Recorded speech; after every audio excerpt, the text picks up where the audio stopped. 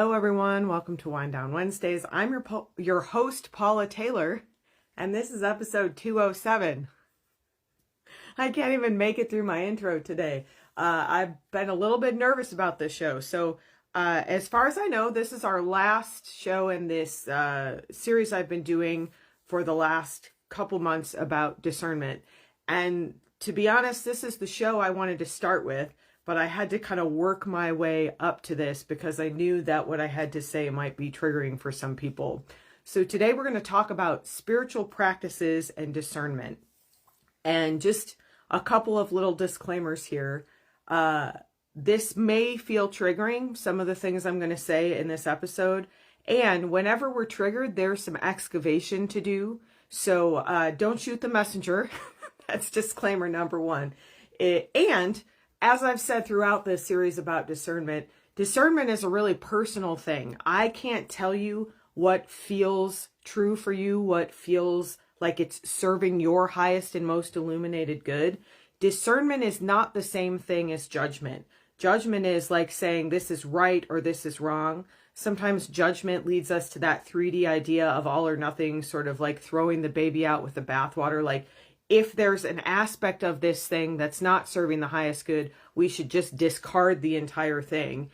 That's not for me to say. That would be like a judgmental kind of stance.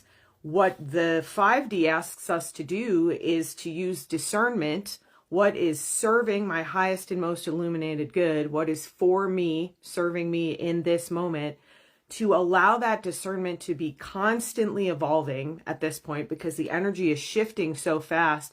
We really need to shift that quickly with it in terms of what our discernment is, and to recognize that sometimes there's aspects of perhaps a certain practice that still serve us, and we can bring those into this like practice we have moving forward, and there's aspects of a practice that maybe don't serve us.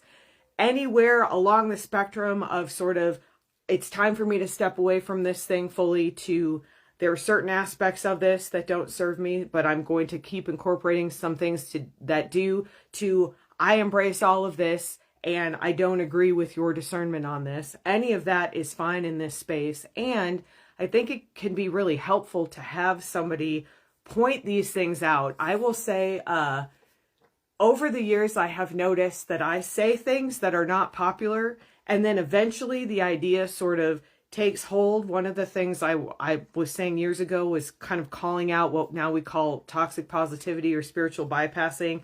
This like everything is love and light and everything should be wonderful and you can be totally healed, and at a certain point nothing bothers you anymore. Like that's not real healing. That's toxic positivity or spiritual bypassing. And like eventually that people started talking more about that, and there was a phrase for it. That's one of the things. I could go on, but it's just an example of this idea that someone's got to be the first. I hear that a lot from my guides, and I'm like, does it always have to be me?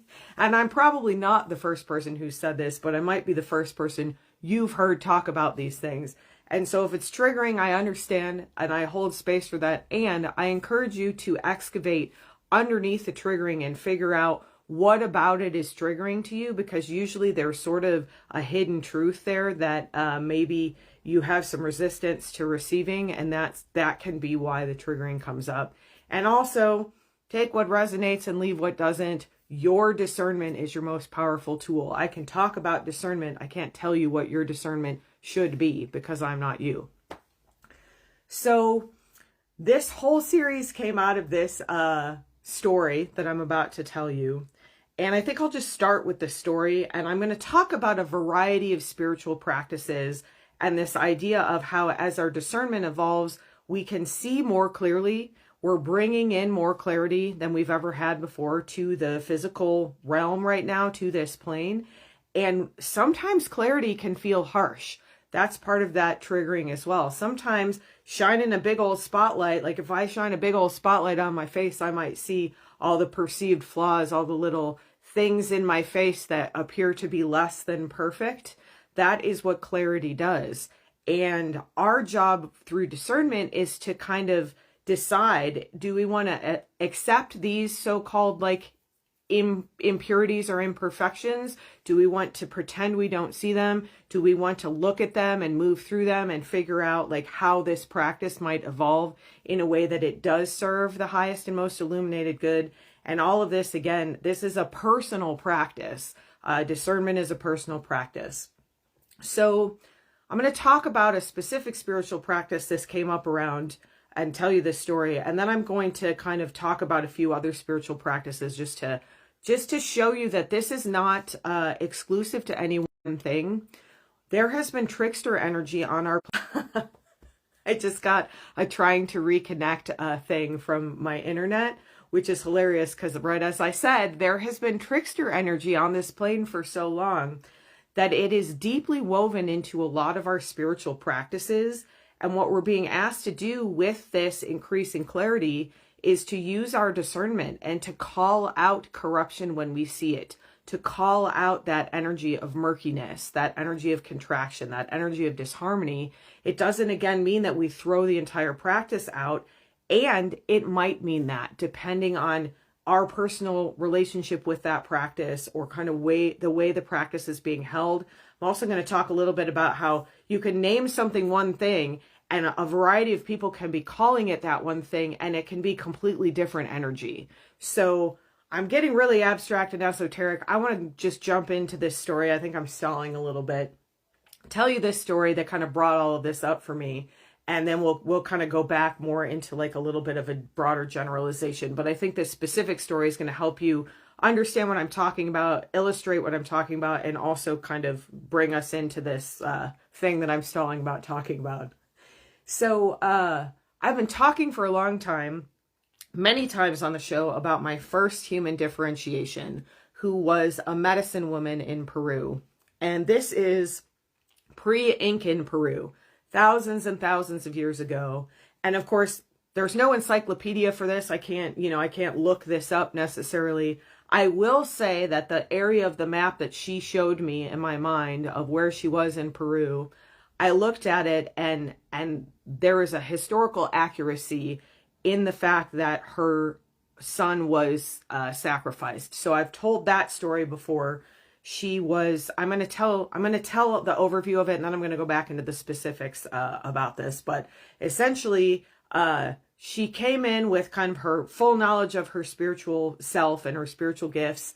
And I think was supposed to be here mostly to observe and not to get too involved. But anybody who's been human knows it's really hard not to get involved with the drama of being a human, with the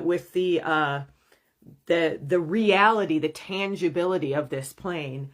And so very early in her life, she was given to the shaman. We're going to talk about that more in detail. But the part that I've shared multiple times is that at a certain point, she and the son of the chief of this tribe were both kind of seduced by the trickster into having a relationship, an illicit affair, because he was like promised to another tribe's chief's daughter, I think, for, whatever they considered like union or marriage at that time. And this version of myself, they sort of fell in love with each other, or they thought they did. I think a lot of that was trickster lust energy. And she got pregnant and she had a son, and they took her son from her and eventually sacrificed him. And again, I have looked this up in this specific area of Peru at the specific time that I was given, which was pre-Incan Peru. This was a common practice. This was something that was actually done. What I'm going to talk about today is a little bit more about how she got kind of drawn into shamanism, and then shamanism itself, what we would call shamanism. I don't know what they called it at that time. Again, this is so long ago that it's pre sort of what we would consider definitely modern shamanism, but even like the ancient shamanism from which modern shamanism developed. This is old even for that. And it's important to understand that the practices that people are still using now did evolve from this space. And that's kind of where this whole idea of discernment is coming in. So I was doing a horse ceremony probably a couple months ago at this point. It's actually been a while. And as part of this, I kept going, and I've mentioned this, I think, on the show a couple times. I kept going, and the horses kept sort of, they would nose my right shoulder, and then they would nose the specific place right in the middle of my right forearm, kind of the back of my right forearm. And it was multiple horses who did this to me over multiple sessions. So I was finally there one day and I was like, all right, what is this? Like, what is this that you keep drawing my attention to? I don't understand what this is. I could like feel kind of a tightness there, and I could feel that whatever they were nosing in the shoulder was sort of connected to the forearm. And I was just thinking, you know, it was some sort of a somatic thing where, you know, like I was an ultrasound tech for years, like I held my right arm to the side. I've been doing massage for many years. Like I thought it was like a physical thing going on. And as I was kind of in the expansion of this ceremony, this first differentiation of myself came to me. And she said, you need to look at your arm. You need to look at what's there energetically. And all of a sudden, like with my spiritual vision, I sort of looked down and there was this black snake tattooed around my arm, and it sort of started at the forearm, the mid forearm, right where the horses kept touching me. And it wrapped around my forearm and around my elbow, and it went up sort of my bicep, my upper arm, and then wrapped around kind of the back of my shoulder. And I was like, what is this? It did not feel like illuminated energy. It was black in color, which doesn't necessarily mean anything, but it felt very dense and it felt very dark. It felt very muddy. It felt very heavy. And essentially she said to me, this is the tattoo I received when I was sort of initiated into this shamanic line.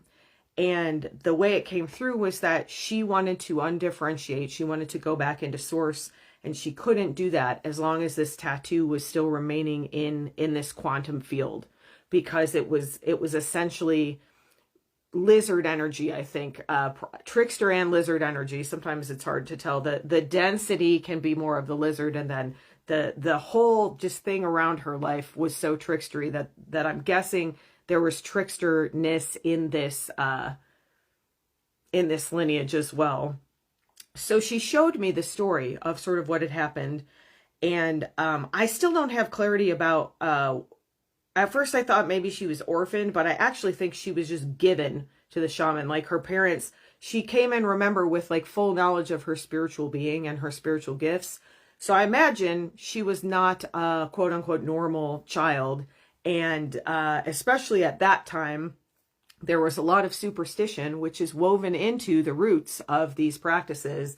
And so her parents just were like, I don't know what to do with her. You know, she's bad, she's evil, she's inexplicable to us. And they just gave her to the shaman. Like, I think it was clear she had gifts, and they didn't know how to develop them. And they were afraid of her and afraid of her gifts, which there's definitely an echo of that in my childhood. And so they just gave her to the shaman.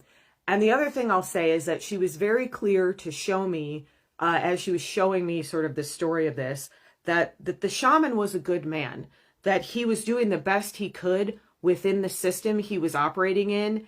And the system he was operating in was extremely corrupt.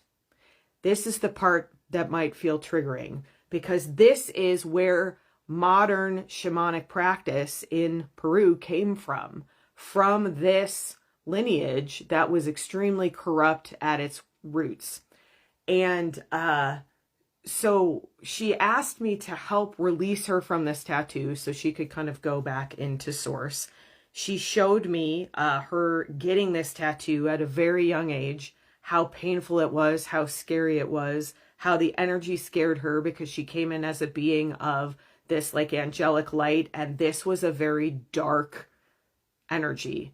This was, I felt this, I talked about a long time ago, I think it's What's the Deal with Ancestral Healing maybe, talked about going to Bali, and I talked about there being a snake god, that my dad didn't want me to go into this temple because there was this snake god. This is a very similar, like literal snake god that they were sort of worshiping and probably sacrificing these children to. And this poor girl, I think was maybe 4 years old when they started the tattoo. I think it probably took a while. And again, they didn't have electricity. This was not like a modern tattoo gun with like, you know, hygienic conditions. This was like a hand-tapped tattoo that went from the middle of her forearm and wrapped all the way around her upper arm and all the way around her shoulder. So, and I'm telling this story with a little bit of hindsight, because in the moment it was just like, can you help me release this?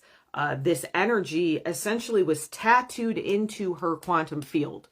And this is another thing that's really important to understand, is that none of us fully understand the spiritual ramifications of what we do in the physical. We are in limited physical brains in this space, and we can do the best we can to keep setting that intention for the highest and most illuminated good. And we don't know the ramifications necessarily of what happens when we make a physical and spiritual or energetic change in the physical. So in this case, this is thousands and thousands of years that she's been essentially tethered to the physical plane by this tattoo, by the energy of this tattoo. No matter how much karma she worked to resolve, she needed this tattoo, this energy of this like dark snake god energy, whatever it was. It needed to be removed from her quantum field before she could move on to what was next, which was for her just wanting to go back home, to go back into source. And so I was in this ceremony, and I could see it on my body as kind of like a reflection of like what it looked like on her body. And so I just called in angelic energy, and I just infused it with angelic energy. And it took a while. It was a resistant thing. It was not like an easy fix, which makes sense because it had been around for so long. I just called in this angelic energy. I called in light, I called in light, I called in light, I called in light. I sent it into that tattoo. And eventually what happened was the tattoo started to change color. The darkness started to fade. So it kind of started to turn into this kind of like murky gray color. And then it just kept getting lighter and lighter and lighter. And then eventually I saw it like illuminated as light, and it just dissipated off the body. It just like dissolved. The light just dissolved. And she was so grateful to me.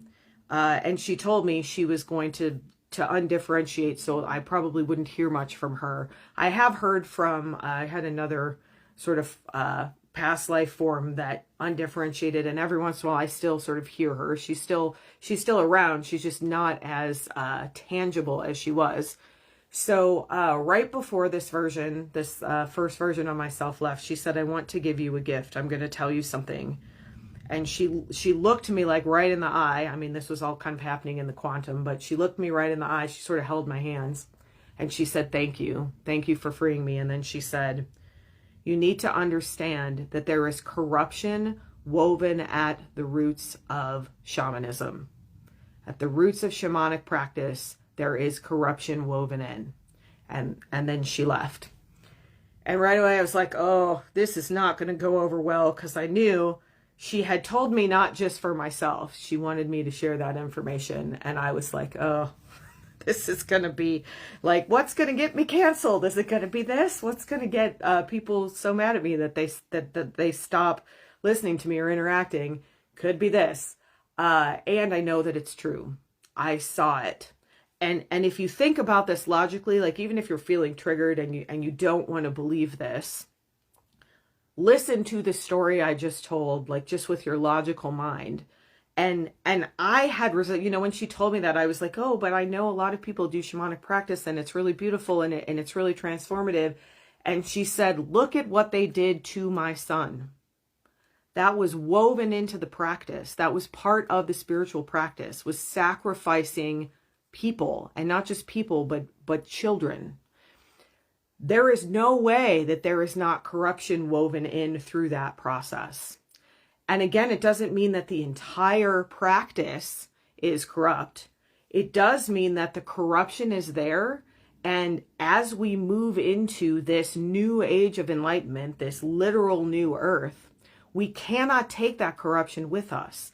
And so we must decide what part of these practices we want to continue engaging with, if any. And for some of us, the answer might be, I disengage from this fully. And for some of us, it might be, I want to change this practice from within. I want to figure out how to take the essence of the beauty of this practice, because we're in the physical. There's always, everything is there. These practices would not have been around for so long if they were just about darkness and corruption. There is absolute illumination there as well. And as we step further into specifically the angelic timeline, we cannot take that corruption with us. There are aspects of the 5D that will accept some of that murkiness, but the further into illumination we get, into clarity, expansion, and harmony we get, the less tolerance there is for the opposite of clarity, expansion, and harmony, which is muddiness or murkiness, contraction, and disharmony. And it really doesn't get much muddier than human sacrifice.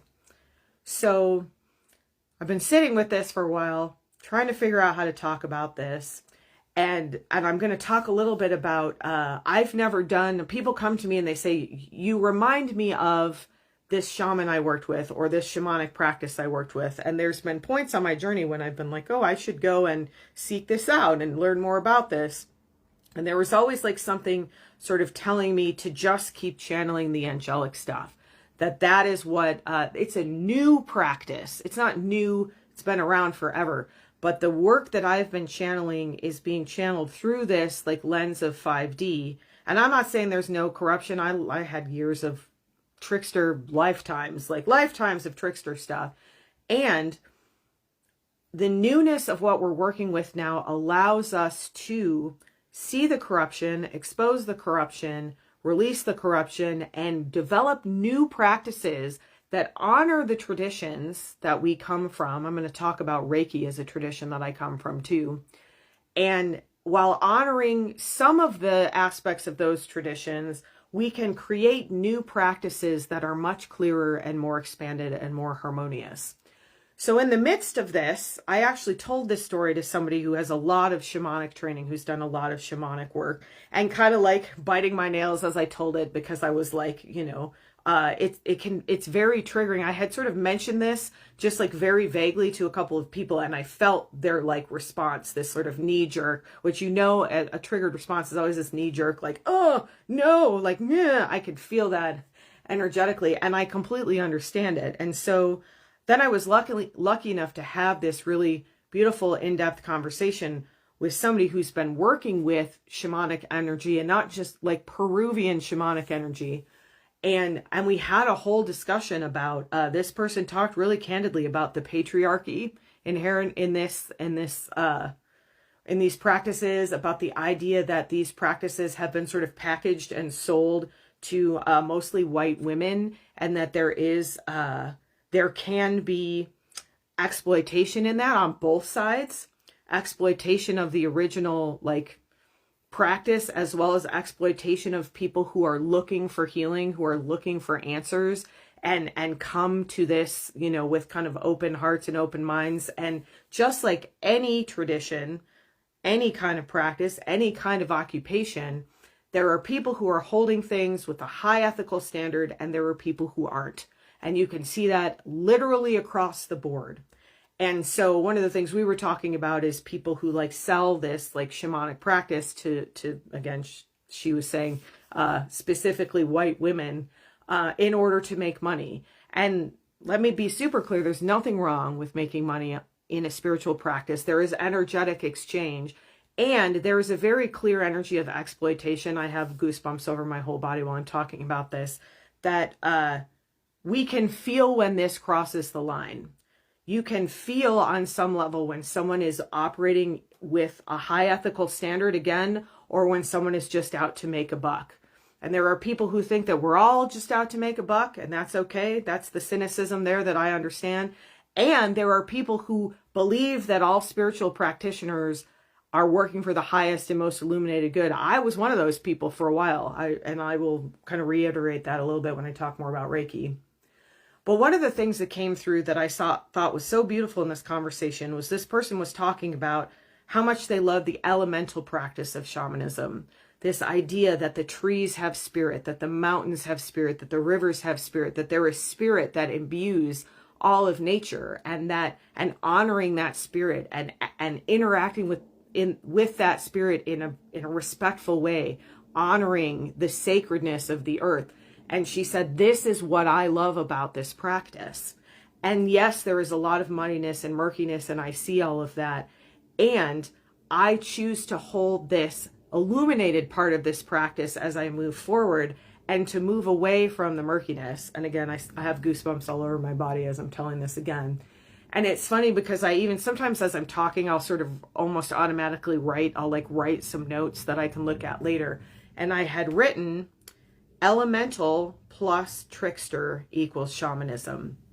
So the trickster energy, or that lizard energy, that corrupt energy that got woven in at the roots, doesn't take away from the amazingness of the elemental part of that practice. Elementals are clear and harmonious and amazing. The earth has clear, harmonious, amazing energy. And we, humans mostly, but more than just humans, I mean, the lizard energy exists in a predatory form in some animals and not in an exploitative form. There's something wrong inherently with being a predator. It's how they were created. Humans took that energy and exploited it. Advanced, more quote unquote advanced beings, higher order brain type beings, are the ones who take these like sort of clearer practices or clearer energies and infuse that trickster in them, infuse that like moneyness in them. I heard a long time ago the first man that ever subjugated a woman created the trickster energy. That's not exactly true. I actually know the whole story of trickster energy now, and it's unimportant to share that, but it's important to understand that since humans have been around, the trickster energy has been around. And it is insidious, and it loves to hide, and it loves to confuse. And so the fact that it's woven in at the roots of some of these spiritual practices is something that we need to talk about and acknowledge. It's something that we need to address, whether that's like this person I talked to who said, you know, I'm taking away the part of this practice that feels really clear, expanded, and harmonious to me, and actually combining it with angelic energy, which I thought was amazing.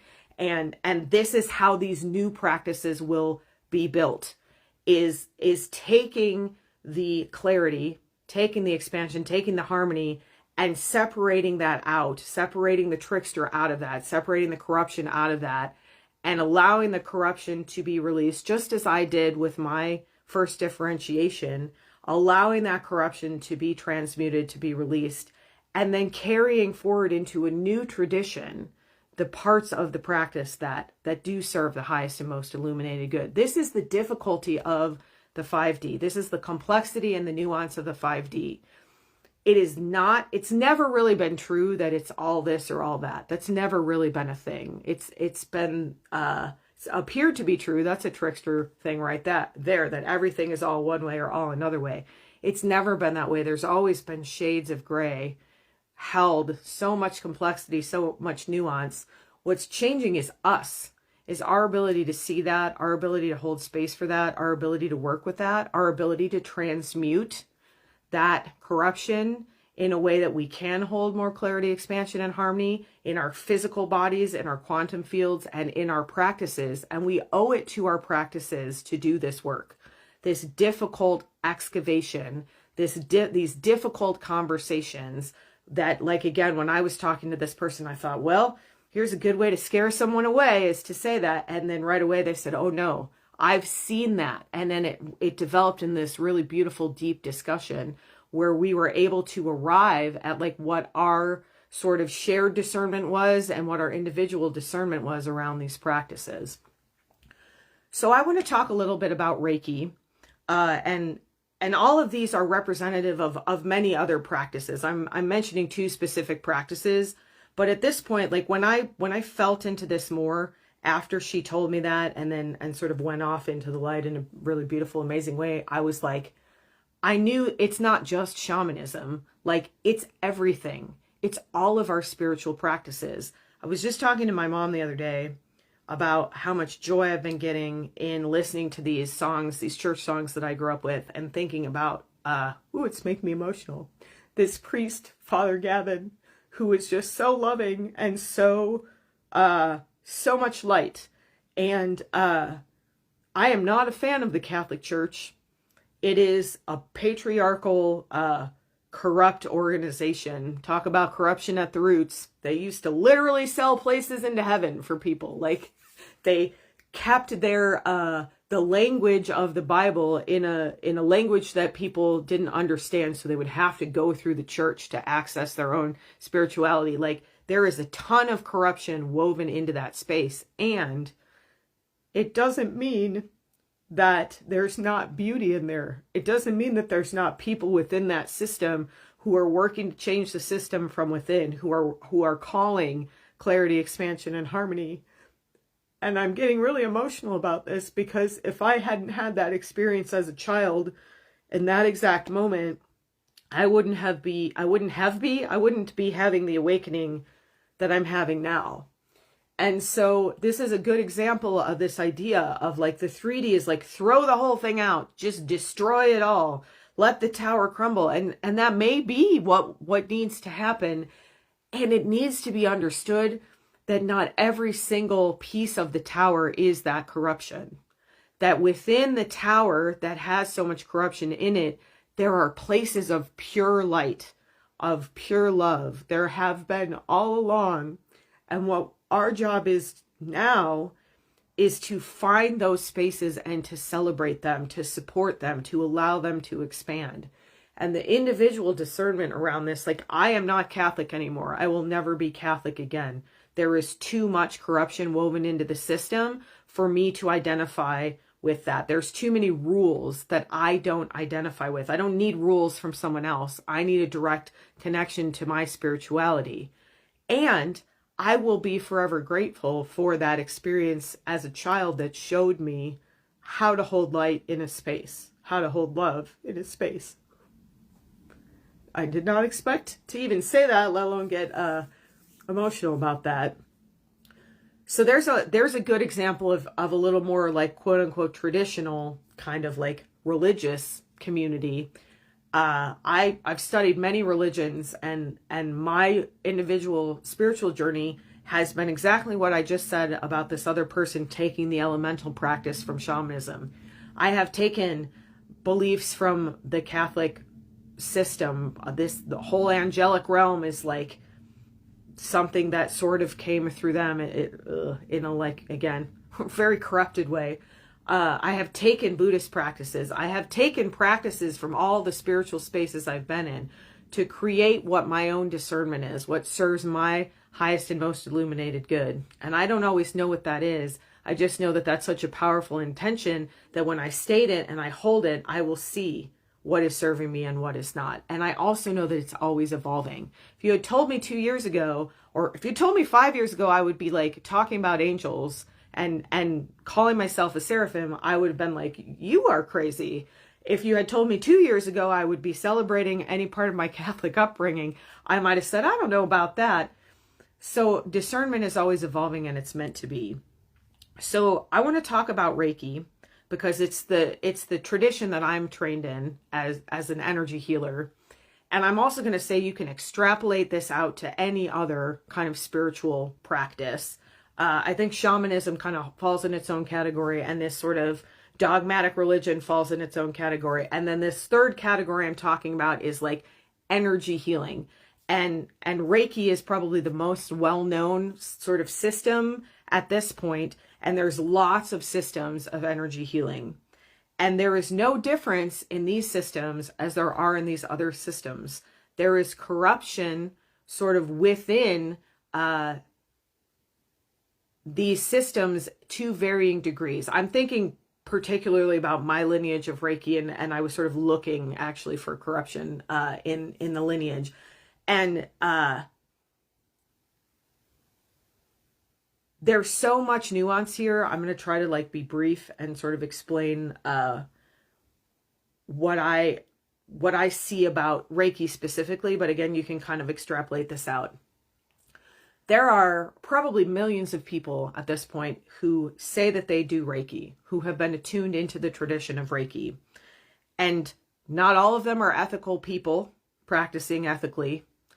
Not all of them are using energy for the highest and most illuminated good, which in my opinion is not Reiki, because Reiki is universal life force energy. It's unconditional love. So if you are not working with unconditional love, you're not working with Reiki. There's a lot of people calling things Reiki that aren't Reiki. That's the first thing that I will say.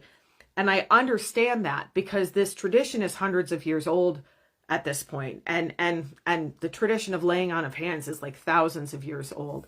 And this tradition of channeling is thousands of years old. And so over the course of that time, think about that game telephone you played when you were a kid, you know, where you say one thing and then it goes down the line of kids. And by the 10th to 12th to 15th kid, it's like nothing like what the first thing you said was.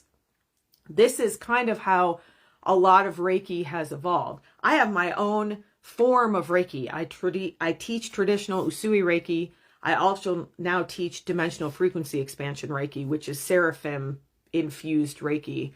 And is that really Reiki? Like a traditionalist would say, no, nothing but traditional Usui Reiki is Reiki. And even that story of like how Usui got Reiki, it's always felt kind of like problematic and weird to me. It's like this story of, you know, the man on the mountaintop and he's sad and then he received this, you know, enlightenment, and then he came down the mountain healing people as he went. Like it's a very, like, it sounds like a very Christian-y based sort of Jesus-like story. And as somebody who has channeled a unique energy modality, the other thing is that no matter how clear, expanded, and harmonious Usui was as he received that, and as he began to share it, it's like that game of telephone. It will inherently sort of take on a life of its own. It will inherently change and shift as it is passed down. And as I am teaching dimensional frequency expansion, I have yet to teach anyone else how to do that, how to teach it. I have shared it with people, and there could be people going around saying, I'm practicing dimensional frequency expansion, and I could feel that energy and say, that's not really DFE. As you share a practice with the world, one of the inherently risky facets to that is that it is going to change. It is probably going to fall into the hands of somebody who is not using it in an ethical way. I have told the story multiple times here about seeing somebody who said they were practicing Reiki and realizing that they were hurting me with energy. That is not Reiki. That is not unconditional love. That is some corrupted form of energy that somebody is using for their own gain, that they are using from an ego space. And when I set that intention for the highest good, the energy could not get into my system. And that is one of the ways I knew it was not Reiki, because Reiki can do no harm. Real Reiki, you know, quote unquote, pure Reiki, whatever that is. So all of these practices, the longer they've been around, the more they tend to evolve. Sometimes they get very diffuse. They get very diluted. What I've seen with Reiki is that there's a lot of people who are practicing Reiki, and to me it feels, I would call it weak, like it doesn't have a lot of potency. And my understanding of that is that it's just been diffused as it's been passed down. And maybe through the lineage, you know, somebody wasn't holding that highest and most illuminated good. And so the Reiki is intelligent. It's God energy. It's source energy. It's universal life force energy. It's unconditional love. Anybody who is channeling that energy understands that it's not our energy.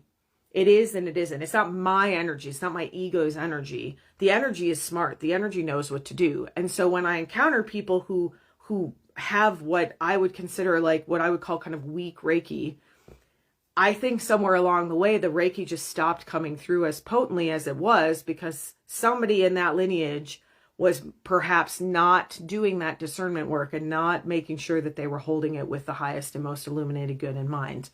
And there's such a breadth of experience here. Now there's all these types of Reiki. Again, I made my own type of Reiki. Like, was that the right thing to do? I sat with that for a really long time. Before I decided to teach Reiki, I sat with it for a really long time. Is this something I want to teach? How do I want to teach this? How can I honor this tradition? That is practicing what I would call good discernment. When people ask me a question, somebody asked me something about DFE the other day, and I've been like sitting with it for a while trying to figure out, like, is this something that I can do? Does this hold the dimensional frequency expansion in the highest and most illuminated good? Am I compromising something if I agree to like shift this in a way that I haven't done it before? This is what discernment is. It's not easy. It requires like constant awareness, constant self-examination, constant questioning of like your own ethics, constant questioning of the ethics of those you receive from, recognizing when you do receive something that feels like it's not for the highest and most illuminated good, what is my role in that? Do I disengage from that? Do I call that out? Do I, there is so much nuance around this that it's kind of why we had to have a whole series of this. And if this has felt triggering for you, I encourage you to sit with some of those questions within yourself. Why is this triggering? What about this is triggering? Have I accepted some things with oftentimes, like, again, I was very naive. I remember someone telling to me, just because someone says they practice Reiki doesn't mean that they're a good person, doesn't mean that they're holding it with that like highest good in mind. And I was like, does not compute, because part of my neurodivergence, I think, and just the way that I'm wired is that I'm sort of obsessed with ethics, sort of obsessed with integrity. It makes me a good practitioner because I am constantly questioning these things. And I think that is what the future of these spiritual practices needs to be. It needs to be questioning within yourself. It needs to be having safe spaces where we can have these discussions, where you can say, hey, I had this experience and it felt kind of off to me. It felt like not good, and I want to know why. Sometimes we have an experience that feels not good because we're triggered. Sometimes we have an experience that feels not good because there's something corrupt in the energy, and sometimes it's both. This is why this is so difficult. This is why this is so complex. This is why this is so nuanced. This is why we need safe spaces to talk about these things, to be able to bring them up, to have, I've had multiple conversations recently where someone has said to me, you don't know how good it is to just be able to talk about this, to just be able to like have someone hold space where they don't think I'm crazy.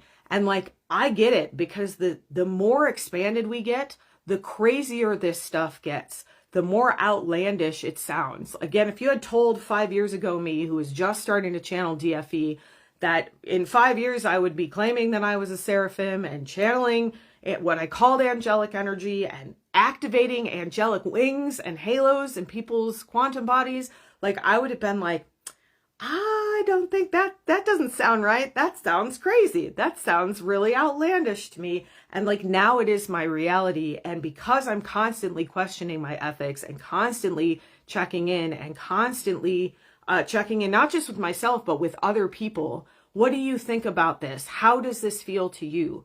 Because we are inherently skewed in our own vision. Our vision comes through our own filter. So this is the other reason why community is so important around this, why we need to have spaces where we can bring these things up without fear of retribution, without fear of being sort of stoned to death, literally, is what happened to some of us when we asked questions in the past. It's one of the reasons that a lot of us have been playing small for so long, and it's time to step away from that. And part of stepping away from that is questioning things that don't feel right. And somebody who is holding a high ethical standard will never fault you for questioning.